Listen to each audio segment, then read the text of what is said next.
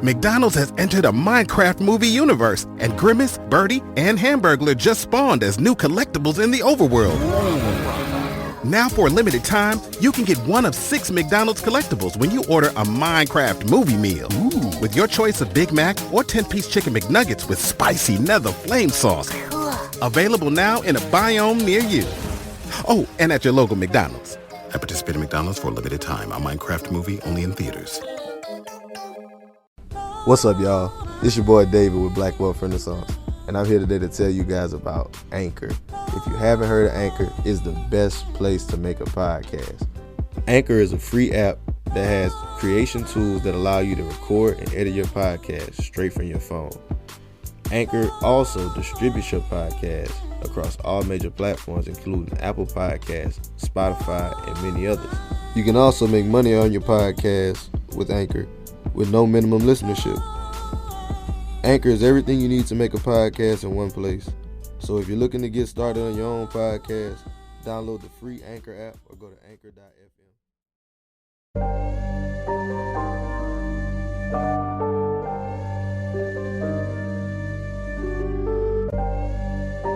You know the rules of the game. Yeah. You know the rules of the game. I don't care what color. Can you make me 100 million? Let's talk money. Can you make me that? If you can't make me that, I don't want to talk to you. You shouldn't even be at this table. Hey, I got money on my mind. I'm just trying to get some dough. I ain't picking up my line unless it's money on the phone. Gotta get it on the daily. All I want is dubs. You know what I'm on. I've been chasing after paper. All I know is run money marathon. Do 5 years of this and be a millionaire and go on do what I want to do, have kids, go live my chip and joy in the games life out here in Texas, or struggle for the next few years. The choice is yours. What's up, guys? Welcome to the Black Wealth Renaissance Podcast. Our goal of this podcast is to normalize black wealth and share helpful resources and tips we believe will be useful in attaining and maintaining generational wealth. Please feel free to rate and comment on our podcast. We would love to hear all feedback you have. Now, enjoy the show. Welcome, everybody, to another episode of the Black Wealth Renaissance Podcast. Your boy, David Bella, 1/4 of the Black Wealth Renaissance, checking in with my co-host, Jalen. How you feeling, bro? What up? It's your boy, Jalen. Another quarter of the Black Wealth Renaissance. I'm feeling good, feeling great, man. Can't complain. I'm blessed. Yeah, man, it's another lovely Saturday. We got another great podcast planned. Our brothers, Jared and Kelly, couldn't make it here for y'all today, but, man, we ain't here to disappoint nobody. Yeah. As always, y'all, make sure before we get into the episode, I need y'all to make sure to like, subscribe, rate, review. If you're a fan of the podcast, if you're a first-time listener, just make sure you leave some feedback. Let us know how you're feeling. It helps us grow the show, help share with your friends. You know, we're trying to spread this message of black wealth. Yeah. So y'all definitely tap in and show us some love. We appreciate it. I also want to let y'all know about our credit course, Credit Fundamentals, dropping this week, upcoming week. Get on the list for the pre-order. You can click the link in the show notes. This course will be going over the elements of credit and basically how your credit works. This is not a credit repair course. This is a credit knowledge course. So we're teaching you pretty much how your score is affected, how everything works. So you don't have to spend $500-$600 to get your credit repaired. If you know how to work it, you can take advantage and use the system to your advantage. So y'all definitely tap in and get that. For sure. Without further ado, y'all make sure y'all tap in, but we got to introduce our guest. We got another, like I said, a great lady on this episode. She is a entrepreneur, real estate mogul. She owns her own beauty business. She got her own medical consulting firm. She on TV, guys. She doing it big, man. Give us some claps, man. From Married to Medicine, Miss Lia Dias. Lia, how you doing? I'm doing good. That introduction got me gassed up on a Saturday. Yeah, that's how we like to come. We like to come with the energy. And we just want to say thank you for coming onto our show. Thank you for coming to drop some knowledge. We can't wait to get into it. And basically, that's what we're going to do. We're going to just jump right on into it. So for our audience who is not familiar with you, can you just let them know, like, who are you? What do you do? And what's your background? Got it. So my name is Lia Dias. I am from Inglewood, California. I own the Girl Cave LA, which is a chain of beauty supply stores. Now we're getting ready to open up our 6th location with locations in Southern California and in Texas. So I do that. I also own a franchise juice bar. I have a property management company, and I have 3 kids, and I'm also a wife. So I juggle a lot, and I like to think of myself as just someone who's a creative who got into business, and that's what I do. Dang. Yeah. That's a lot. That is a lot. There's a lot going on. And I just kind of want to know, like, so what was your first venture? So really, my background is in social work. That's what I got my degree in. And so really what I like to do is I like to fix things. I like to solve problems. And so my first step into business was when I got married. My husband had a juice bar that wasn't doing well. So I used to take my weekends and kind of like play with the numbers and figure out what was going wrong. And when I finally realized that I had a knack for it, then I went into the beauty business. And that's when I started the Girl Cave LA. Yeah. So I got a question. Like, growing up, had you ever been exposed to like entrepreneurship, any type of business or anything like that, for you to be able to just pick up that knack so quickly? Right. So my grandfather was, he was just a Renaissance man, to be honest with you. He was one of the first builders here in Los Angeles. He got so many projects done, buildings that are still standing here in Los Angeles. That's who he was. So he was a developer. So I got to see somebody solve problems every day. And then my mom, who was his daughter, was the same way. She was a wife and a mother, and she had a full-time job as a nurse, but she also had a side hustle where she went around to YMCAs and swimming pools, and she certified people to become lifeguards and CPR certified. So I always saw my mom and my grandfather just like not being okay with just having one piece of the pie and always wanted more. So I think that's where that comes from for me. So yeah, it's I grew up in a very I don't even know how to describe it. I just grew up in a household where like you just couldn't be happy with just one thing. Like we were always being pushed, and not in a way that was like overwhelming, but just in a way that challenged me as a person. So it was good. I had a good childhood. And I think that's really important, especially like for coming up, because a lot of times in today's climate, you'll see like kids, they'll be like, oh, I don't want to do this. I don't want to do that. Like, and a lot of times I call it lazy. I'm gonna just call it like I see it. I see a lot of kids either being lazy or they cry a lot. They complain a lot. And I just think like you said, being pushed whenever you're coming up, it kind of makes you a little bit more well-rounded, but it also allows you to face your fears a whole lot easier too, because you're able to be exposed to more things. Right. Yeah. I think part of it is a lack of effort, like being lazy, but I realized that a lot of it too is just people not feeling inspired. They don't think they can do it, so they talk themselves out of it. You know what I mean? Especially young people that I've worked with. All of my stores, I hire young Black women. And just to know that people put limits on themselves at such a young age, I'm like, no, you could do anything you want, honestly. So yeah, I agree. I like that. Man, so I really want to hop into it now with the Girl Cave. So Lia, after you got like the juice bar together, like how was the process of getting the Girl Cave together? Like, did you just like be like, okay, I want a beauty supply store? Like, what made you choose that industry? Well, okay, so we were talking earlier, like you guys are from Louisiana. When you go to beauty supply stores or you go into a lot of businesses in Black neighborhoods, you don't see Black people that own them, right? So for me growing up in Inglewood, I would go, get my braiding hair for the weekend. And I never saw Black people working in the beauty supplies. And I used to always question that. And so when I decided I wanted to take the leap into beauty, I said, well, why is there a beauty supply on every corner? Everybody got to be making money because they would be there for years. These are stores that would, they were there when I was a kid. So I said, if they can do it and they could be sustainable in my community, I can do it too. So I opened up my first store literally minutes away from where I grew up in Inglewood.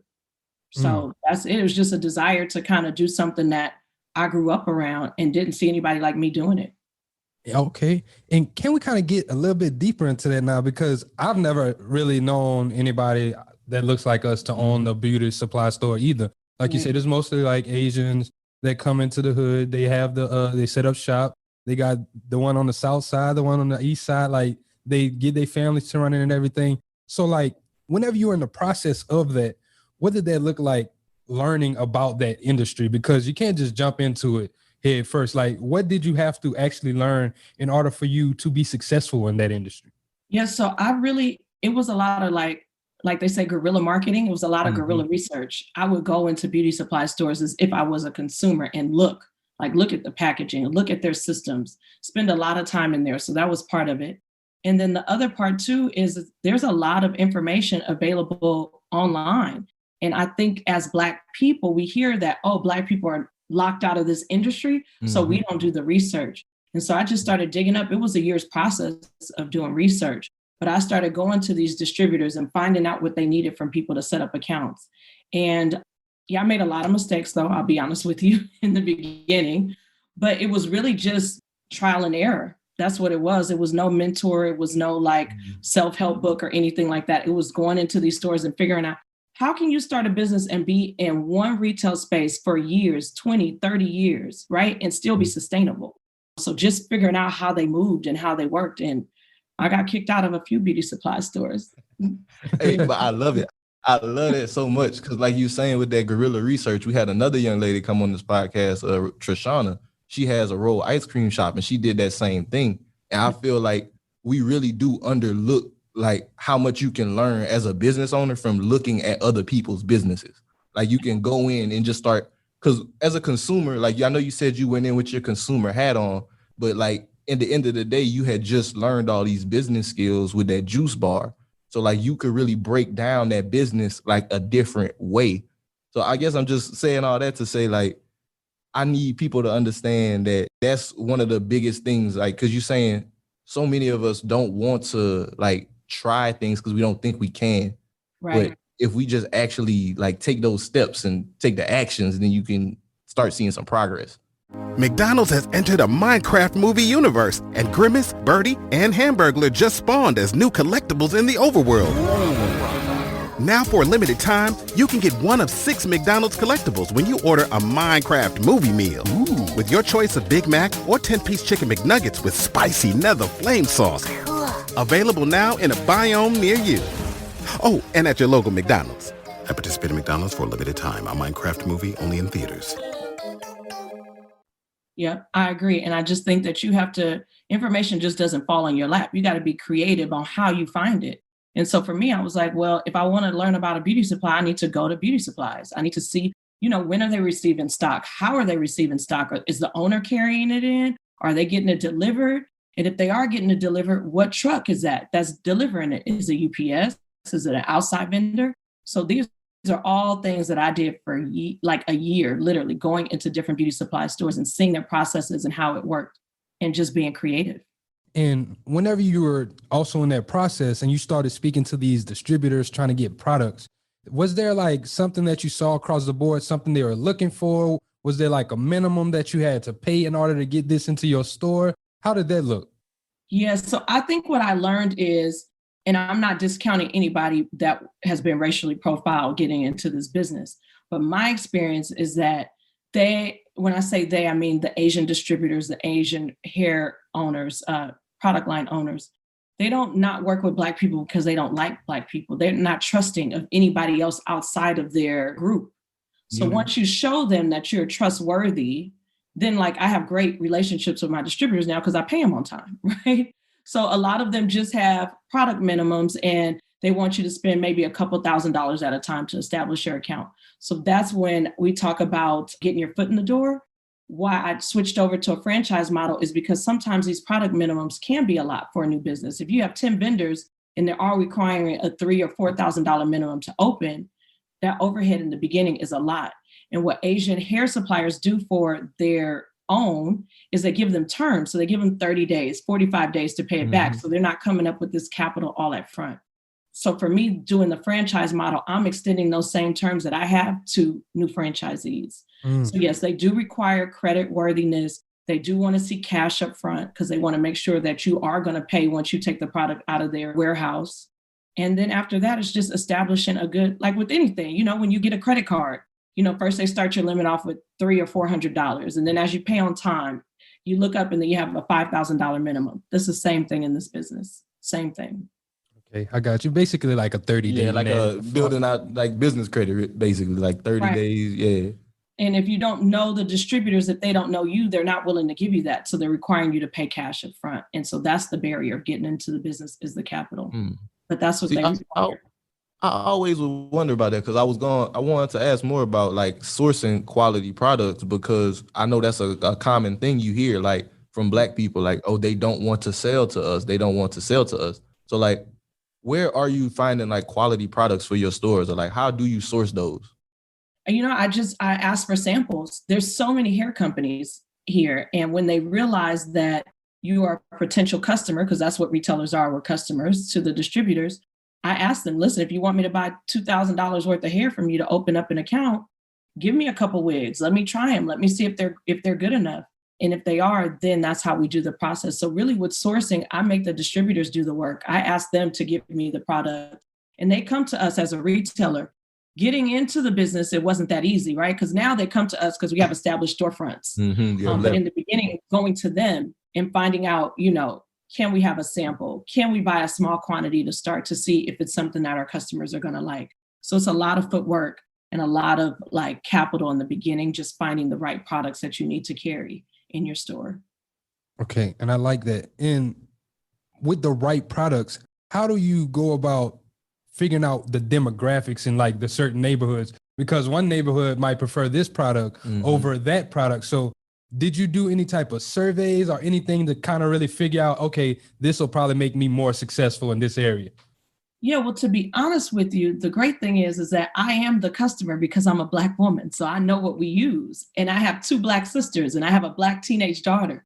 So whatever I'm using, whatever my sisters are using, whatever my daughter is using, whatever her friends are using, that's really what it is because we are the consumer. So we're lucky in that way that we don't have to do a lot of market research. It's just like, I know from my stylist, I know from what my daughter tells me, I know from what I'm using. And then our customers talk to us a lot, right? So sometimes we'll have a braider come in and they'll be like, have you heard of this new edge control? And we're like, no. And our customers tell us. So we're not going out spending money to do market research. We don't have to do it because we got the magic already because we're the Black girls. I love it. Message. I like that. Got the magic already. Man, so let's see. Okay. So I do want to talk more about the Girl Cave because it was one thing that I noticed you spoke on with your brand. That's something a little bit different with the beauty industry. You spoke on realistic beauty. Like that's one thing that you really want to convey with your brand. Could you speak a little bit more about that? Like first, what is realistic beauty and how does your brand help convey it? Right. So that saying that I say is because when I was younger, I modeled. And a lot of times I would go out on a job and they would be like, it's LA, like too tall, too short, too this, too that. And then as a young woman, I would let that penetrate who I was.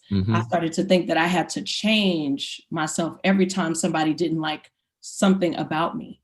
And so what I realized, not while I was in that process, but as I got older, like there is no standard. Like the standard is, this is who I am. I can't change that. So for me, it's just being the best version of yourself. And that's what's realistic. It's not realistic for me to think I'm going to look like Beyonce, right? Like that's not realistic. But I can be the best version of myself. So I try to tell my customers when they come in and they show me a picture of somebody on Instagram and they're like, I want this hair and I want this look. Well, is that really what you want? Or is that what you think you want? Like, what do you like? What do you like to rock? And what is realistic to you? And what can you maintain?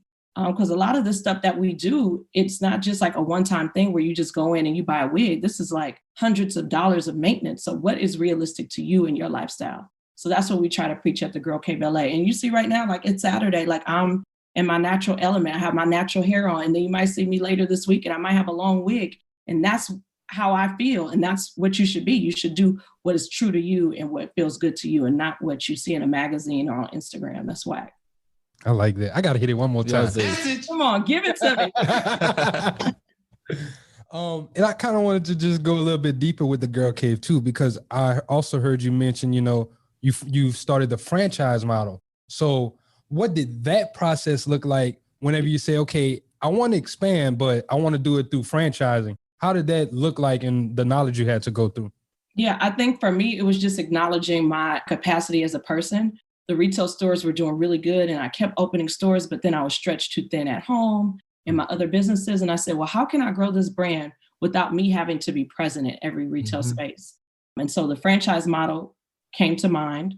And what it also does too, is it's not just about expanding the brand, which is great. I love it, obviously, but it's about giving other women, other families an opportunity to enjoy or understand the success that we have had here in Los Angeles. So that's what is exciting for me. And it's all women of color.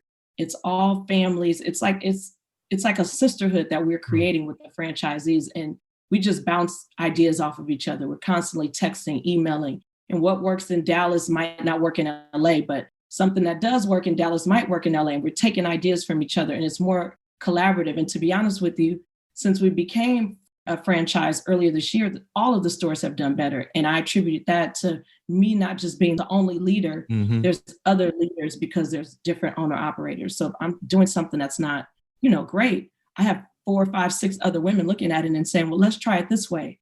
And we're adjusting as a company. So it's really, really, really exciting. It's good. I love that example. I love it too. First off, it's Black woman owned. So like it's Black woman owned franchise. We don't hear about that very often. And it's a beauty franchise. And it speaks to a lot of things we like to talk about with this podcast. Like one of the biggest things we love talking about is building a team, and like how trying to do everything yourself always limits you in business. And it's just beautiful to hear that example in it, because it's like, a lot of people have apprehensions, especially like as a new entrepreneur, like with a business that you built from the ground up yourself. You look at it like, oh, this is my baby. Like I can't let nobody touch it. But whenever you finally let go of that control, you starting to see everything flourish more. And like now, not only is it not all on you, I'm pretty sure it's a little bit less stressful too. Absolutely. Now that it's like, it's not all on your brain to put out what you need for Girl Cave. And I kind of want to piggyback off of that too, because whenever you franchise, it's not even like you really just gave up control, because along with that franchise, and you're giving them the structure and the rules and the criteria to follow. So it's really like, okay, this is just what you have to do. Just don't fuck it up. Like that's all you got to not do. It's literally cookie cutter. It's a manual, a big book that you get, step A through Z. So it is, right? So it is. I mean, had I had the opportunity to buy into a franchise when I started this business 5 years ago, I would have absolutely done it, because you pay for your mistakes. And this is like business. So either you pay to get the information or you pay to bang your head against the wall. So either way, you're going to pay. So if it were me, I would rather pay into a franchise, somebody like me that's already banged their head against the wall and figured out what works and what doesn't, and then just grow it from there. And the good thing is that since we're a new franchise, we're more flexible with how we govern inside of the store. We let the owners have a little bit more creativity and a little bit more input than a typical franchise. You go into McDonald's, you do what McDonald's says. Yeah. You don't get to have too much flexibility. But with the Girl Cave, we want to be collaborative because we are a growing company. We're 5 years in, so we're still considered, small and new. But it's great to have different women from different walks of life have input and see the company grow the way it's growing right now. I love that. And I kind of want to ask, like, what does that look like going through the process to get ready to, no, not even to open the store yet, like just to franchise your business model. If you have something that's successful in your city and you want to say, okay, I feel like I want to expand, where do I go talk to a franchising lawyer, or like, what's the process of me actually wanting to get that ball rolling? So for me, it was going directly to a lawyer because I already had the business structure kind of in my mind, because I was a franchisee. The juice bar I own is part of a franchise. So I understood the structure. So for me, it was going straight to an attorney and putting those ideas on paper with her and having her create a manual and something that was a legal process. If someone else was looking to start a franchise, I would say the first thing to do would get a business consultant that's done it before, because having a franchise is a little bit more complicated than just having a regular DBA or LLC or something like that. It's a lot of principles and guidelines that go into place to make sure that, that you stay profitable, that you stay legal, all of those things. So definitely a business consultant, and after that, an attorney. Hey, I love it. So Now, with my question, I would kind of wanted to know, like, because I know you mentioned like opening the store yourself. Somebody might be interested in that. Like, could you kind of talk us through the process of opening like their own Girl Cave? What if I want to? I heard this, now I want one. Like, what I gotta do? Come on, we accept the applications every day. I'll send you one. Every day. Yeah. So really what it is there are some financial requirements. We want to make sure that somebody's not like getting in over their heads.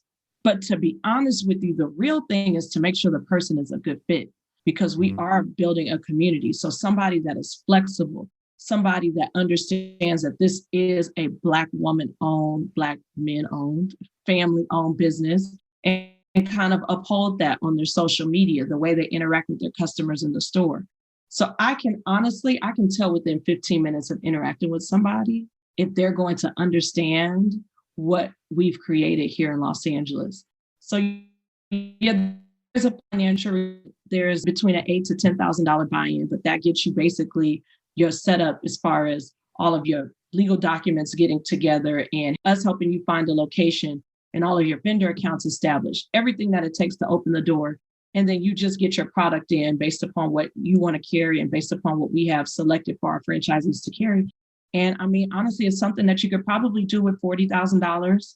So a small business loan, a small savings, you could do it. But the return is tremendous in the beauty industry. So most of our franchisees, even one that we opened in Compton, she had a goal to do 6 figures in 6 months. She did it in 3 months in sales. So it's a business that I love that. I need one of these. But I need you to continue. You told the people. It's a lucrative bombs. Yeah, so I mean, she was the first franchisee in the city of Compton. She was from Compton. So a lot of community support. Just diligent. Earlier than most stores in the area. Open a half an hour later than most stores in the area. She's just diligent, and she came up with this goal of doing 100,000 in 6 months in sales. And we looked up and we're like, girl, you did it in 80 something days. But that shows the capacity of somebody that kind of just like wants to, and that's why franchise is so beautiful. There's other stores that have opened and are not even close to that number. So really the capacity comes from the owner. The owner, you can be creative and create your own wealth in your own store. So that's just what she decided to do. And I like that because it speaks to the power of goal setting. Like, especially with numbers, I'm getting real big on that. Like, if you don't have a number that you're working toward, then you're really not engaged. Mm-hmm. Like, you're not really playing the game the way it should be played. Because if you don't have something that's really trackable, measurable, like, what's the goal, you know? Can't just be like, I want to have a profitable business. Right. I just want to be profitable. I just want to make money. Well, how much money? And in how much time, right? And how are you going to get to that goal? So it's really not about talking up here. It's about talking right here and just kind of making that something that's realistic. And when she first said 100,000 in 6 months, I was like, well, you could do it, but I want to see how. And she had a whole plan. She had a whole marketing plan, and she worked her plan and she did it. Hey, that's beautiful. Shout out to her. Yeah, Ashley Brown from the city of Compton. Hey, shout out to you, Ashley. Man, we need the horns. Yeah, I ain't got the horns, man. I ain't got the horns. But I do got this one, though. Damn, son. Where'd you find that? I can't with this dude. So, Lia, I did have one more question regarding the beauty industry. So I did kind of want to know, like, with the vendors and the accounts, these people, these are usually like out of the country people. Is these like international relations that you have in the bill, or this is more so just like you're talking to people stateside with these accounts? Yeah, they're all domestic.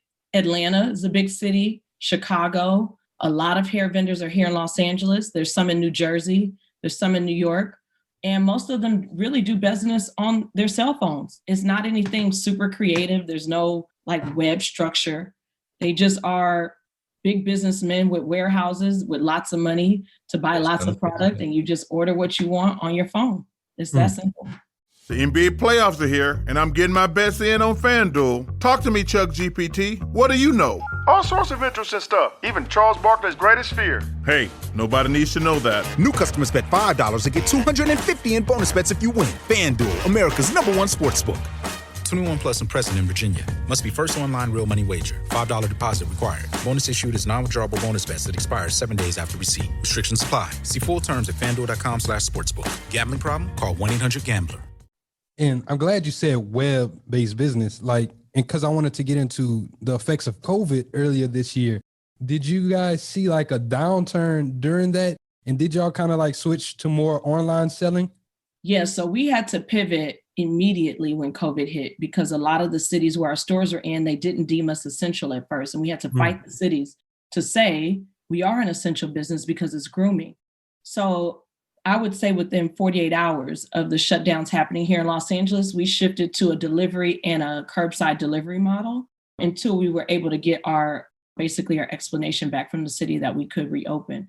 So we thrived in the pandemic because a lot of other beauty supplies that are considered our competition were closed because they weren't fighting the city like I was. I'm like, hold on, we have a whole operation and I got 20 girls that rely on a paycheck every Friday. We cannot shut down.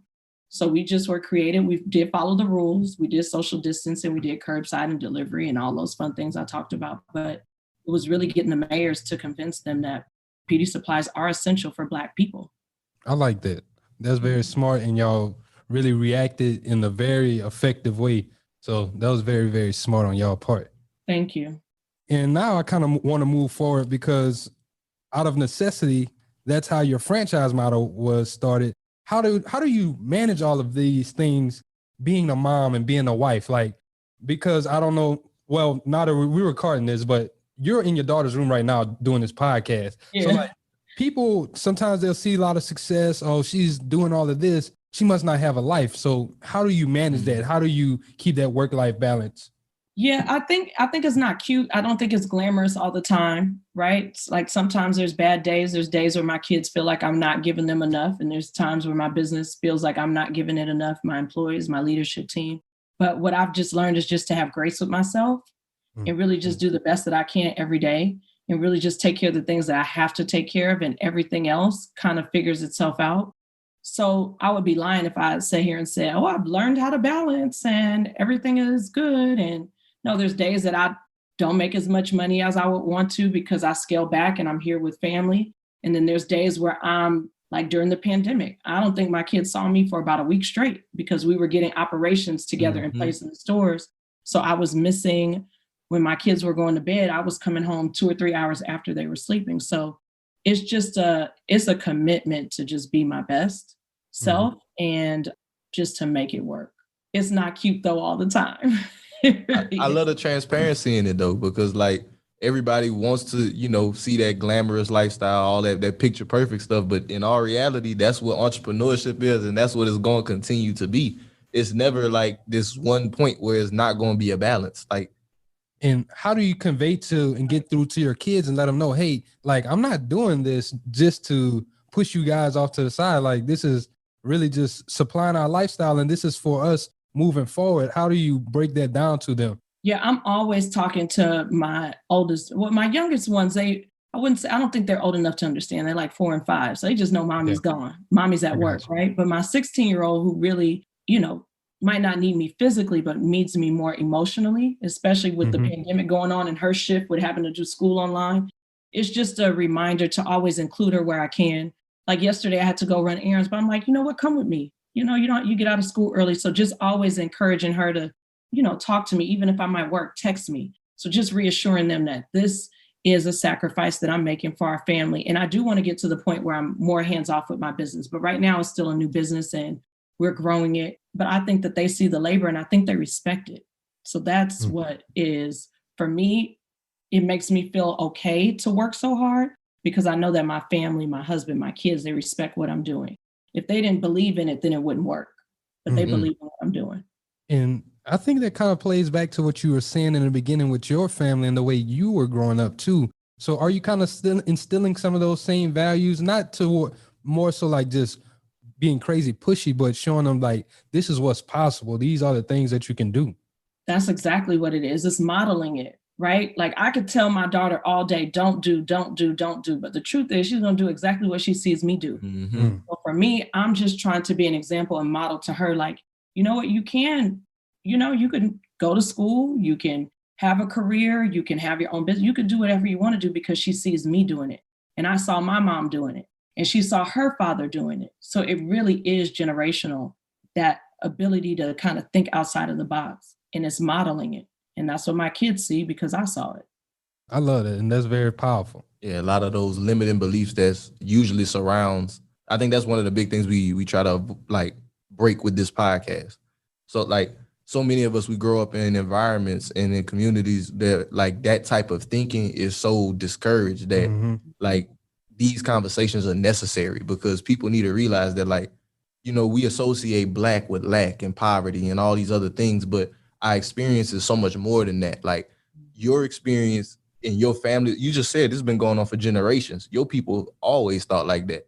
Right. Like other people need to understand that you don't have to think like, okay, even if your back's against the wall, it's all about a mindset. Like as long as you continue to believe that, hey, one day this is going to change, as long as I keep on putting in the work in. I'm doing this for something. Like it's a reason behind this. Yeah, I agree with that 100% about the mindset, because in those days that I wake up and I think I can't, right? In those days that I wake up and I know that I can, and I don't even question that I can, I do. So for me, part of what I do is important for me and my family, but it's also important for the young ladies that work for me, because sometimes they don't have that example. And so they look at me as that example. Not all of them, a lot of them come from good families, but there's some of them that, maybe they grew up in foster care. They grew up in a structured system where they really didn't see anybody thrive. They just saw people kind of survive in life. So when they look at me, some of the girls call me mom or Auntie Lia, because that's what it is. And I take that very seriously. I take that so seriously. So it really is about showing people, modeling, and showing people that it really is a mindset. It really is. I like that. Lia, I did have another question about the girl cave that I forgot to ask you. It's more so beauty industry. So it was more so like with the beauty industry, a lot of our people, we like to try to get into that industry. But you've been able to build a successful business in that industry. What were some of the ways that you like differentiated yourself in the beginning from like other beauty brands? Right. So for me, it was finding out as a consumer what things that I wasn't getting when I went into other stores. Right. So I felt like I wasn't getting customer service. I felt like I wasn't getting variety. And then when I started my business, I created all of the things that I wasn't getting as a consumer. And that's really what sets us apart. We just do the things that other stores don't. I remember, having a Black girl, we got our braiding appointment at 8:00 in the morning. Well, the beauty supplies don't open till 9. So I was late to appointments. I had to cancel appointments. So now as an owner of a retail store, I'm like, well, we're going to open up early because girls have early appointments. So that people know in our neighborhood, we're the store that's open at 8:30. That's unheard of. Beauty supplies don't open till 9, 9:30, 10 o'clock, sometimes even 11. So doing those things that I noticed other stores weren't doing sets us apart. The customer service, the availability of hours and products, they're just things that people have not competed with us with. And that's what we do differently. I love it. Be what you want to see, right? Like if you don't see it, be it. Nah, yeah, for real though. You got to be the change that you want to see. Yep. So with that, I think that's all our questions with that, the beauty industry. Yeah. I love talking about the girl cave all day. It's so much more that you do. Like it's so much more. Like you got real estate, you got this medical consulting firm, and I kind of just want to know, like, what was the start of your real estate journey? Yes. So I saw my grandfather be a developer, but with the girl cave, I realized that retail is so up and down. It's like one day I'll have a great day and then I'll have a day where I lose money sometimes, right? And so I said, well, what can I put my money into that's going to be sustainable? Because retail is so fickle. So I just started saving my money. Everything that I made from the girl cave, I put it aside and I brought I didn't do it in Los Angeles because the real estate here is smart. But I went out to a small city in Bakersfield, Taft area, and I just brought, like a little flip. I thought I was going to flip it. I ended up loving the work that I did in the house. So I kept it. I kept a renter.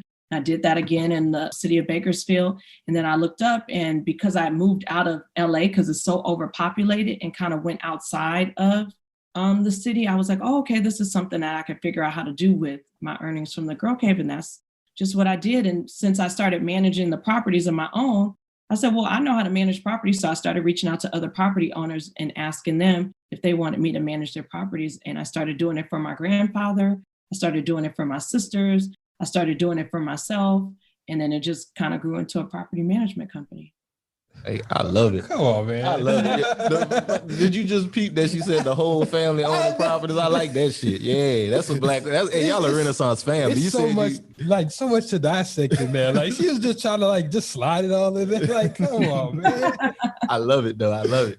So, are you glad that you decided to do the buy and hold versus the flip for that first property? Absolutely. So in the moment, I'm like, okay, this is a cheap property. Somebody had passed away in the property and it became condemned. And I was like, okay, we're just going to flip this and get rid of it. Right. Mm-hmm. But I was so proud of my work. I'm like, this is nice. I don't want to sell this. And while I was building out the house, I got a lot of people asking, well, are you going to rent it? Are you going to sell it?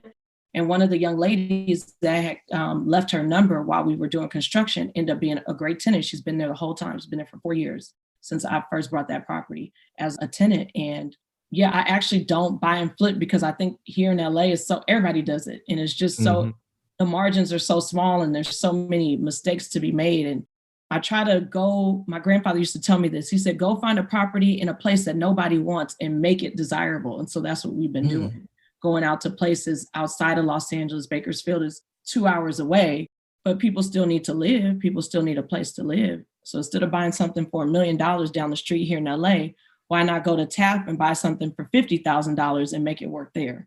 And it's worth it. And I mean, you still, the rent in Taft gonna be what, like, you still gonna get greater returns on that investment than going stick yourself in LA. So that's beautiful. Exactly. Yep. So that's what we've learned. Just, you can't do what everybody else is doing. Everybody here in LA is a real estate investor, a flipper, a real estate, whatever it is, right? And the market is just oversaturated here, and people that don't have probably millions and millions and millions of dollars can't be creative here because there's just no room for that.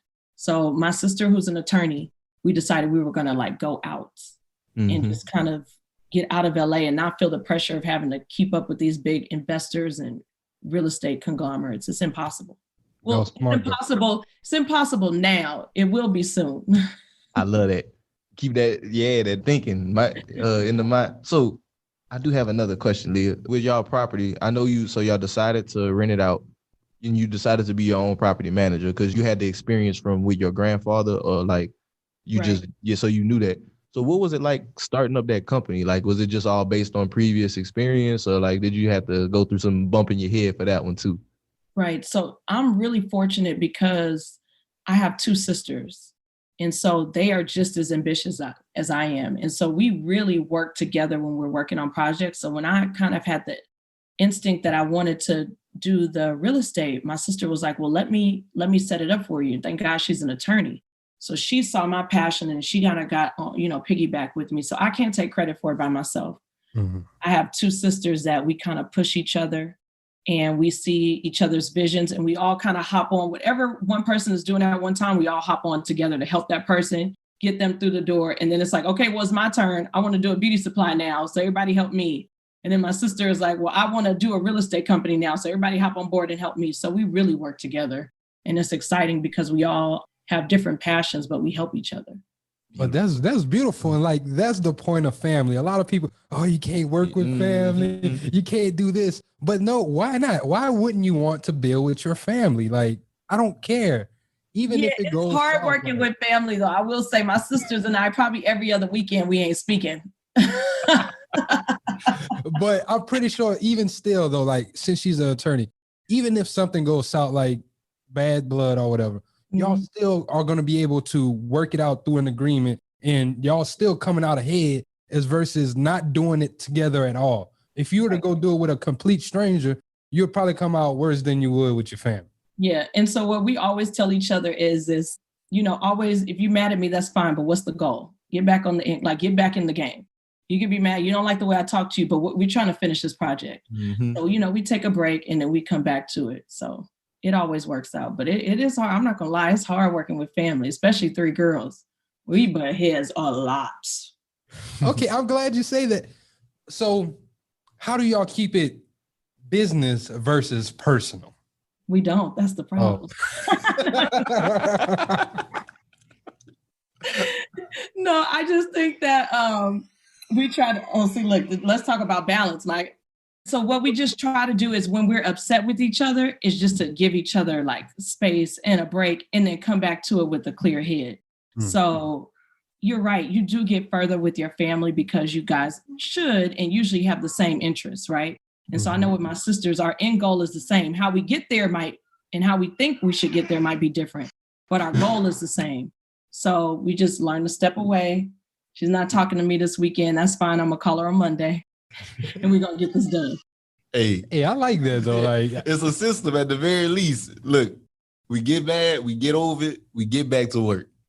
It's like a marriage. It's like, you could be mad at me, but you ain't leaving. I wish I had something to say. Hello. Yes, indeed. That's hilarious.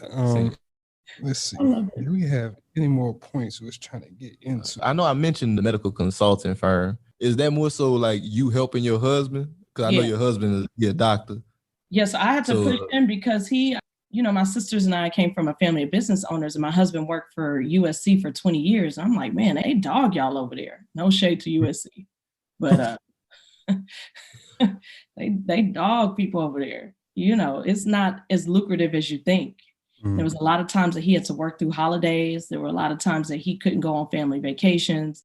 There was a lot of times that he asked for leverage or promotion within his department. He didn't get it. I say, you created this big structure here at USC for other people. Why don't you do it for yourself? So my sister, again, and I kind of talked him towards stepping away from USC. And so now we as a family help him run a consulting company. He's the doctor, he's the physician that sees the patients, but we help with that back end. And like, as far as the infrastructure and the marketing and the expansions, all of the new contracts, like, my sister looks over them to make sure they're good. So it's really, like I said, it's a family business, but we co-own the medical company with him. Yes, sir. Yes, sir. It's your boy Spitty here from DGB, aka Dirty Glove Bastards, Off the Porch podcast. Now, if you're a fan of artist interviews, then make sure to check out and subscribe to Off the Porch, a show that interviews everybody from the dopest up-and-coming artists, your favorite OGs and legends, street comedians, directors, and other influential people from the culture. And it's brought to you exclusively by Revolt Podcast Network, anchored in hip-hop, powered by creators. Yeah, that's beautiful. It is, right? Yeah, like him in the business. Yeah, like that's the thing. Man. Even with him, we get mad. You ain't going nowhere because my name is. It's like you said too. With that, that's another powerful example for anybody. I'm pretty sure with that consulting firm, he got more time and he make more money than he did whenever he was messing around with USC, doing the exact same thing that then people was not paying him enough for. You just said it. And the thing is, you're gonna be stressed out at a job. If you're gonna be stressed out, if you're going to be overworked, right? You might as well do it for yourself. You might as well decide when you're going to be stressed out. At least for me, when I'm with my business and I need a break, I just turn off my phone. You have a job, you can't just you can't just walk out. You can just, you know what I mean? So there's it's still a lot of work, but there's a flexibility that I have. When I want to step away, when I want to be with my family, I create that space. And if I had a job, you don't get to create that space for yourself. You can take on the holidays too. Ain't no family vacation. Ain't no questions about going on vacation. I just get to go. Yeah. Right. And I might have to work through my vacation, but at least I'm able to be with my family, right? And not have somebody else tell me, oh, no, you can't. And so he went through that. I mean, he was great. He was there for 20 years. He loved it until he realized, like, you know what? I am investing a lot into building a structure for somebody else and not really getting back what I would want out of it. So it was a natural progression, but he needed to be there for the 20 years that he was there. I like that though. No such thing as a wasted experience. Yeah, you gotta take those time. It teaches you. Yeah. Yeah. So everything that he learned there, he's using right now in his business. So it's worth it. And sometimes people don't understand that too. Whatever job like you're working, you should take whatever you're doing. You can transfer those skills into anything.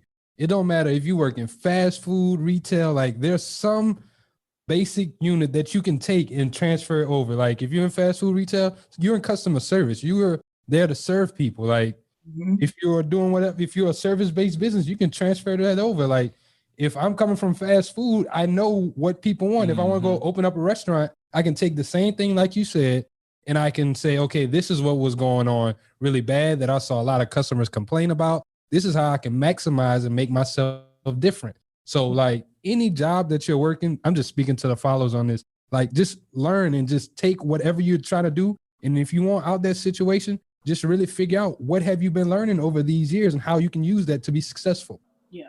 And I tell my girls all the time that work for me, if you're not a good employee, you're not going to be a good business owner.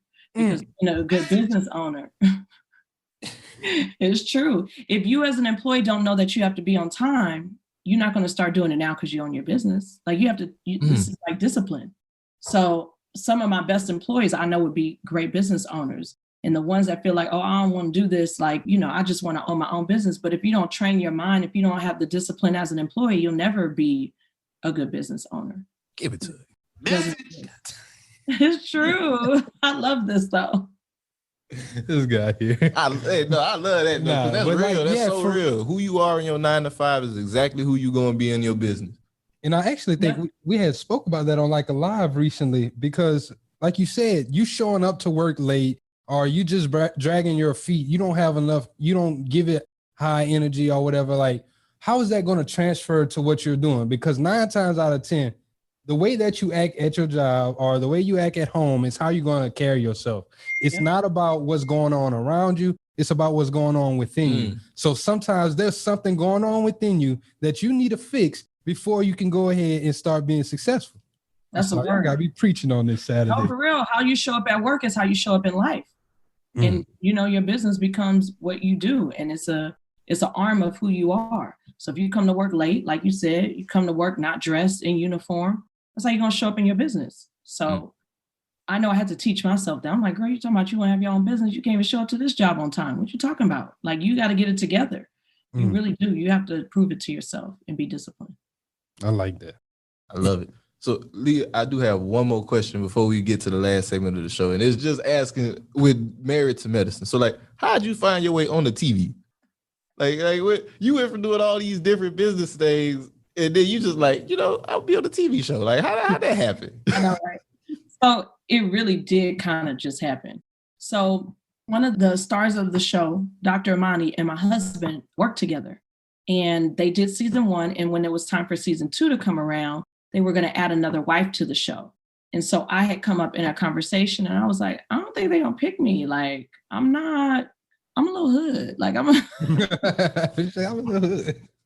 I'm not like the other women. Like, the other women on the TV show are a little bit more polished than me. I'll put it that way. Like, I'm from Inglewood. Like, I kind of just say whatever comes to my mouth, and I'm not extremely like cultured. So I went out for the casting, and they loved me, and I got put on the show. And it really was like a fluke. I didn't think it was going to go anywhere.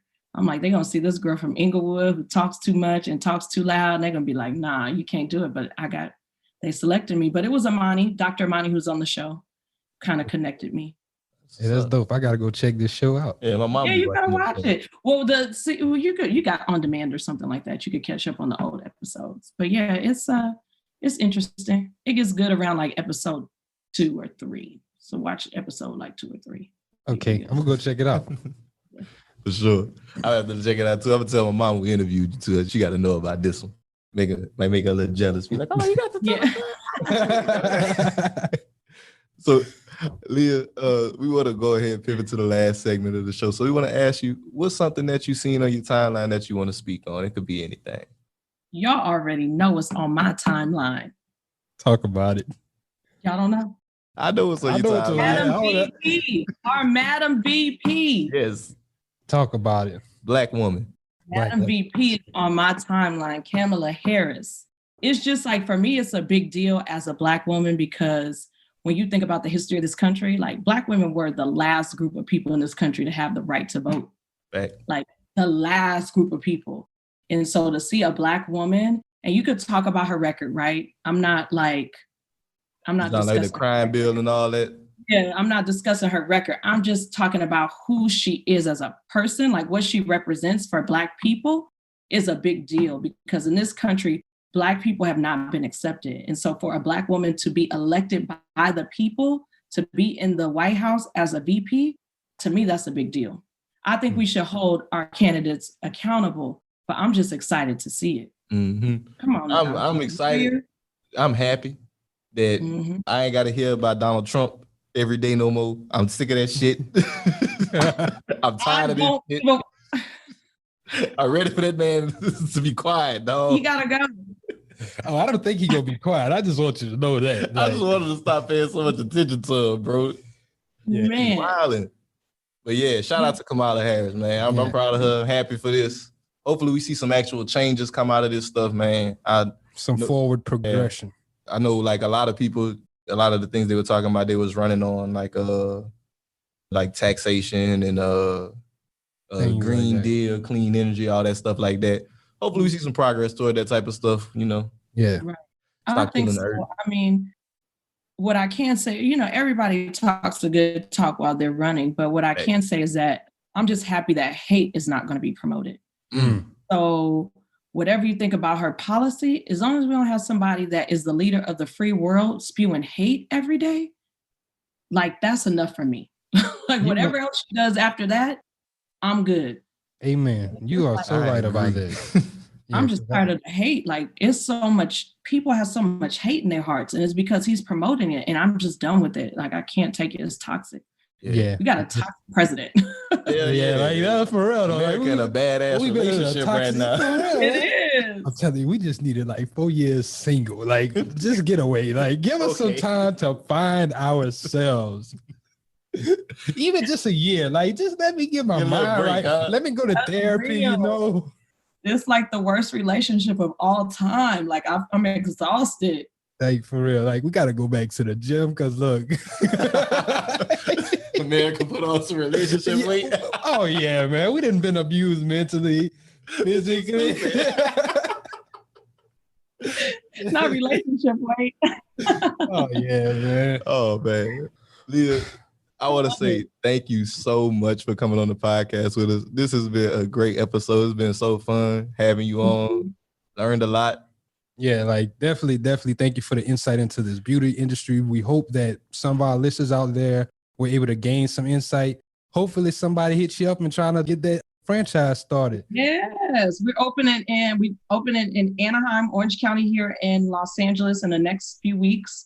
We have another franchisee that just signed on in Houston, so I'll be back in Texas soon. Hey, turn up. Early next year, we're going to do Atlanta, so we're ready. I'm trying to find a franchisee in the Bay Area, New York. Let's go, ladies. Let's do it. Y'all hit her up. Y'all get with my girl. Yeah. So if the people want to get with you, where can they find you? How can they tap in with Girl Cave? How can they reach out if they want to be a franchisee? Yeah, so we're Instagram junkies at the Girl Cave LA. So you can follow us at Girl Cave LA Beauty. And then my personal page is Lia, Lia B Dias on Instagram. So in our website, girlcavela.com. So just Google us and you'll find the website. Y'all do that. Yeah. Y'all tap in. Once again, I want to say thank you. But before we wrap up, we're going to get into some house cleaning. We want to say thank you to all of our listeners week in, week out. Thank you for constantly growing with us. We are constantly hitting these new 10K weeks. We just want to keep on growing. We got a goal. We want to keep on pushing, keep on hitting. Yeah, we trying to get to the million. Yeah, you trying to get soon. to look, we need 50K a month. So look, we was just talking about goals. That's what I want. I want 50,000 listeners a month by mid next year. So look, family, y'all let us know what we got to do. Get that by the end of the year, man. Y'all better share this podcast, man. This will be an early Christmas present. Yeah, that's what I'm saying. Yeah, I'm trying to be like my girl. Set the goal for 6 months, get it in 3. Yeah. That's right. I love it. But yeah, y'all definitely thank y'all for tapping in with us week in, week out. Y'all definitely be on the lookout for Credit Fundamentals. Yes, sir. Purchase our book, Manage Your Money Like the 1%. Anything you want to learn about just changing your mindset, how you can start saving, repaying debt, really just managing your money like the upper 1% of the country. Not really just spending your money frivolously, really just understanding what's going on with your financial life. Y'all tap in, get that book. You can order it on Amazon or you can get it ebook formation. You can also get it from Kindle. So y'all tap in with that. Links in the show notes. Yeah. Hey, look, buy our new shirts. If you are all about breaking generational curses and building generational wealth, you tap in with us. You rock that. You let everybody know, hey, this is what I'm doing. I'm doing this for me and my family. Put it on y'all your go chest. Cop that. These shirts are only $14.97. You're on the lookout for a sale. You might be able to get up for $9.99 soon. So y'all definitely tap in. I want one of those shirts. Hey, y'all. I'm telling you, it's already done. So with that said, y'all, this is Black Wealth Renaissance signing out. Peace. I got money on my mind. I'm just trying to get some dough. I ain't picking up my line unless it's money on the phone. Gotta get it on the daily. All I want is dubs. You know what I'm on. I've been chasing after paper. All I know is run money marathon.